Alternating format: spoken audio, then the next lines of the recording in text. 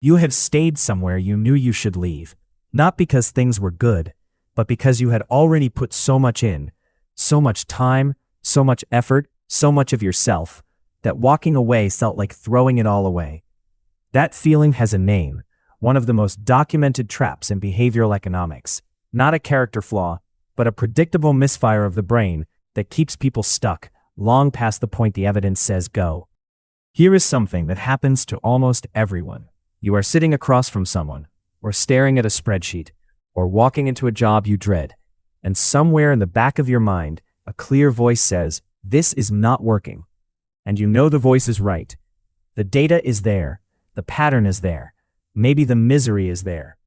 But instead of acting on it, you think about the 3 years, the degree you finished to get here, the money you spent on couples therapy, the team you built, and the voice goes quiet.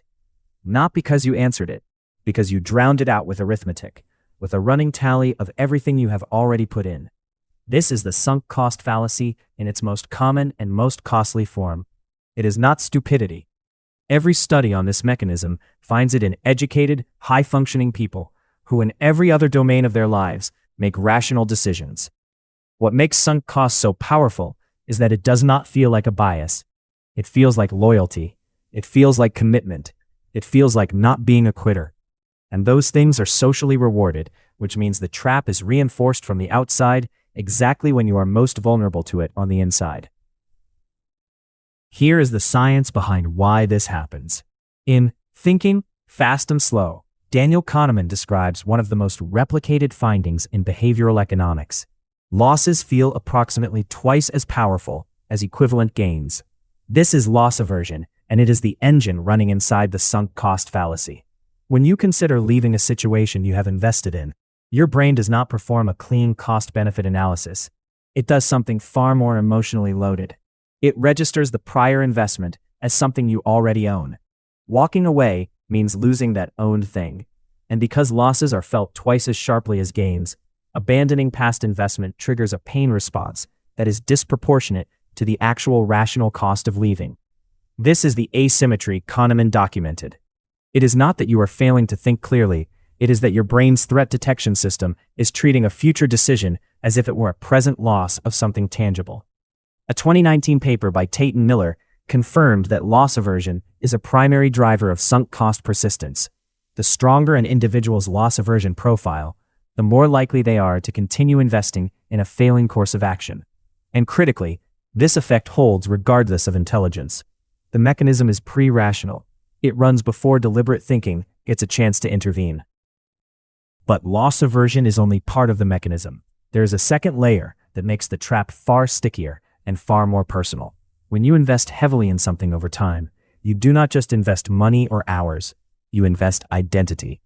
You become someone who is in this relationship, someone who chose this career, someone who started this company. The past investment stops being a resource allocation decision and becomes a self-definition. And this matters enormously for the mechanism, because now walking away does not just feel like losing the investment. It feels like losing a piece of who you are. Fallacy's 2017 research is instructive here. The study found that sunk cost effects are particularly persistent when the decision involves personal commitment, as opposed to purely financial stakes. When your sense of self is bound to the outcome, the cognitive pull to continue is dramatically amplified. Kahneman calls this the endowment effect. We assign more value to things simply because we possess or identify with them. Combined with loss aversion, it creates a compound trap. You are not just trying to avoid losing your investment, you are trying to avoid losing yourself. This is why rational arguments from people on the outside, people who can see clearly that you should leave, often land with no force at all. They are addressing the economics. Here is how it is being used against you, starting with where it hurts most. In relationships, the sunk cost fallacy operates through a very specific piece of reasoning. I have already given this so many years. Leaving now would mean those years were wasted. So people stay for a 5th year, then a 7th, then a 10th. Not because things are improving, but because departure feels like retroactive erasure of everything that came before. The logic feels airtight. It is not. Sunk costs, by definition, are unrecoverable. The 3 years, or the 7, or the 20 do not come back if you stay.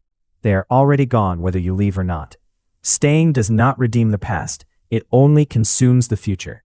What the sunk cost trap does in relationships is make each additional year of staying feel like protecting the years that preceded it.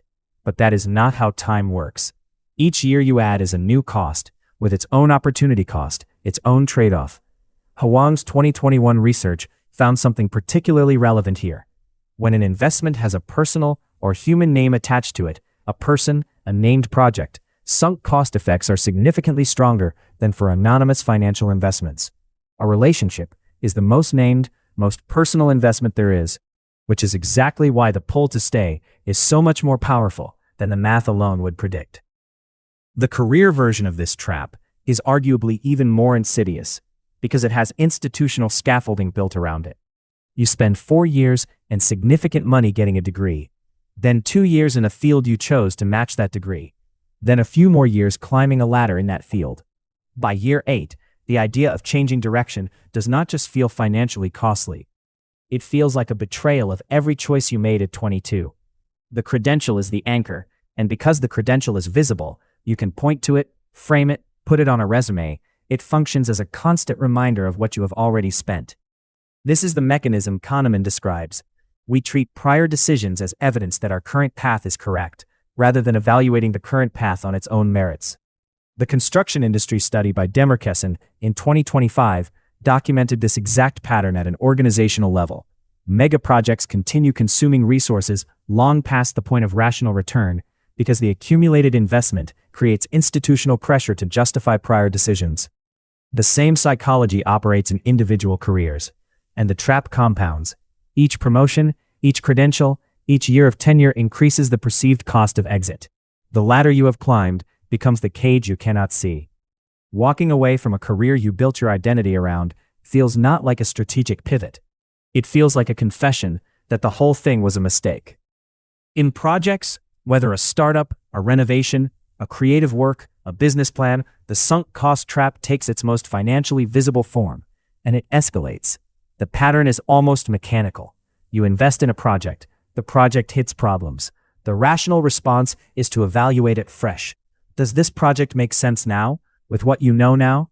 But the sunk cost mechanism does not allow that fresh evaluation. It adds the prior investment to the emotional weight of the current decision, so you invest more to protect what you already spent, and more and more. Researchers Banerjee, Gupta, and colleagues documented this escalation in a 2016 real-effort experiment.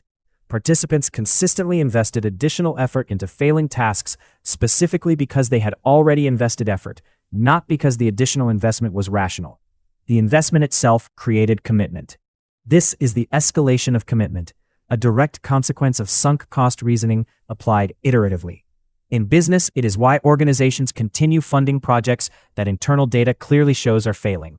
In personal life, it is why you finish a book you stopped enjoying at page 50, why you sit through a film you hate, why you complete a project that stopped being viable long ago, because somewhere along the way, the investment crossed a threshold and started making decisions for you.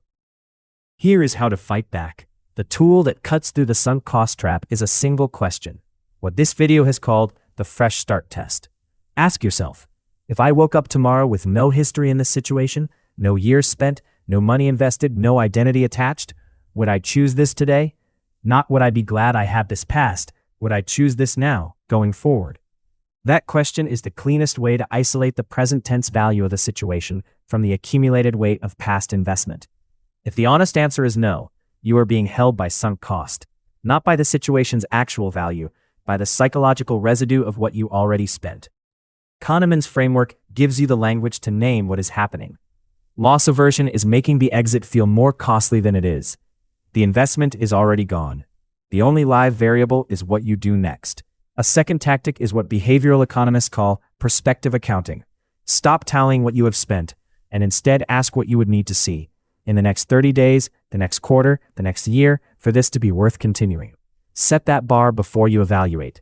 If the situation cannot meet your own forward-looking standard, no amount of past investment justifies extending it. The sunk cost is not an argument for staying. It is the feeling that makes staying feel like the only choice. Naming it precisely and without self-judgment is how you get the choice back. Walking away from something you invested in is not weakness. It is not failure. It is not a declaration that the past was worthless. The past was the past. It happened. It cost what it cost. And the fact that it cost something does not give it the right to cost you everything that comes after. The sunk cost fallacy is not a flaw in your character. It is a feature of human psychology that evolved in a context where resources were scarce and consistency was a survival advantage. In that environment, finishing what you started made sense. The problem is that the modern world gives you decisions your ancestors never had. Careers you chose at 20, relationships that continue past their natural end, projects that technology has already outrun. The mechanism that served your ancestors does not always serve you. What Kahneman's research ultimately shows is that the most rational thing you can do is separate the past from the decision.